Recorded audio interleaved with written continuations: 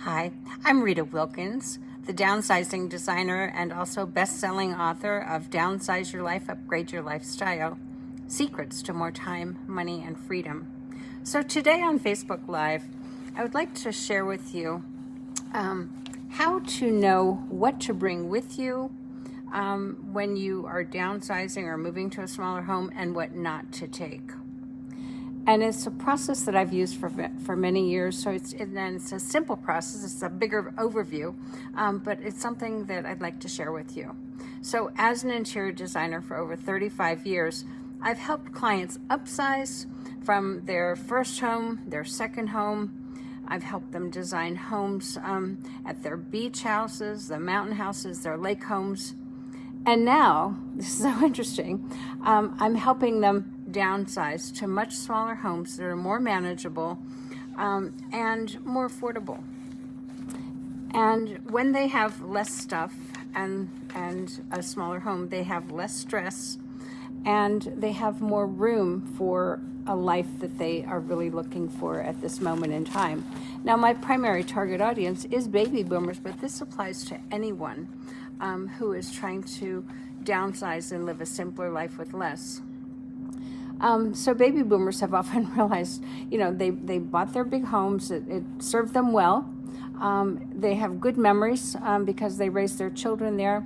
But then they also realize that many of them have stayed in their homes a little bit too long because they no longer use the entire home. They use maybe 4 to 5 rooms.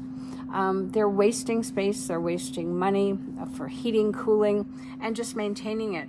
So many are waking up to that fact right now, and they're wanting to now make sure that whatever they move to, that they can use and utilize most of their space. So if this sounds like you, this particular Facebook Live might be geared especially for you. And then at the end, I want to share with you a new online course that I'm creating or have created and will be launching very, very soon about downsizing and decluttering. So sure, it's a challenge to downsize. There's no doubt about that. You move from a larger home to a much smaller space, but there's no need to panic. There's no need to be overwhelmed because it's really just a process.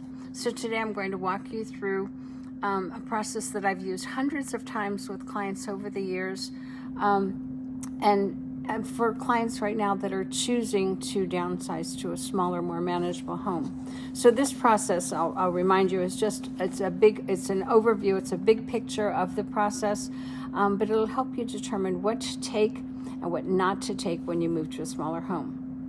So the first step is to know the approximate size of the home or the apartment that you will be moving to. So ideally you would know the exact space, but this is not always the case. I mean, you maybe you're still looking, but you want to downsize, you want to downsize to something smaller. So then it's just a matter of approximating, what that space would look like. So right now, if you're in a 4-bedroom home, 2.5 bathrooms, a living room, a dining room, a family room, maybe a couple of other rooms there, but with an attic, a garage, and so forth. So you might be living in anywhere between 2,800 to 3,500 square feet. And let's say that you now only need and want 2 bedrooms, 1.5 bath, maybe a great room, of course a kitchen and so forth, but you will have no attic, no garage, no basement. In other words, very little storage. So you might be moving to something between 1,000 and 1,500 square feet. So number one, it's so important that you know the approximate size of the space that you'll be moving to. And then the next step is to determine the essentials. And I always talk about the big items first. So you need a place to eat, you need a place to sleep, to prep food, to relax, to work, and some storage. So you need, your new smaller space will need bedroom furniture, family room furniture, and eating, dining furniture, office space. All of these things are considered essential. And once you've determined those bare essentials and you know approximate sizes of those, you can move on to the next step, which is things that you would like to take if they fit, if they look good, and if they serve a purpose. So the next step then would be to measure the new space if at all possible. So if not, you can guesstimate. So if it's a 2-bedroom apartment, 2-bedroom house, we can easily help you guesstimate how much that you would need. And then once you've measured or guesstimated, then to actually create a plan and also measure the furniture that you would be taking with you. Again, this is the essentials first, and then the things that you would like to take. And you plot those into the plan. So now you can start to see, this is what it's going to look like, and this is how it will function for you.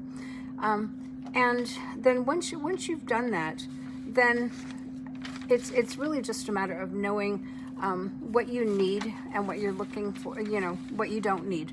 So once you know this, I need this, and I will definitely use it. I don't need this, and I will not use it. That makes the process of decluttering so much easier. Purging your belongings is not an easy task, but when you say, okay, I know I need a bed, I need nightstands, I need, family room furniture, those are the basics. And then the few things that you'd really like to take, then the process of downsizing becomes so much easier because you're keeping the end in mind, that smaller home, that simpler life, less stuff, less stress, more time, money, and freedom to pursue those things that you really want, to have more life experiences. So when you keep this, the end in mind, the process is so well worth the time and the effort that it will take to downsize to that smaller, more manageable home. So if you want to learn more about how to downsize and declutter and so forth, join me on Sunday. You can, it's a Facebook Live at 7 p.m. You can go to my Facebook here and we do ask that you sign up so we know you're coming. And I will be talking about a new course that I'm launching. It's how to downsize and declutter for boomers, but again, it's actually for anyone, but how to find the freedom in owning less. I would love to see you there. I'd love to have you join me in the course. Something I'm really passionate about. As many of you that know me as the downsizing designer, you know that I've been through this journey, from a very large home to my tiny little apartment. I've never been happier. So it's something that I talk to people about all the time. And as a designer, it's kind of funny because I've helped people build these big houses and fill it with lots of stuff. But ironically now, I think we're all more in touch with what we really want, what we need, and what is a higher quality of life.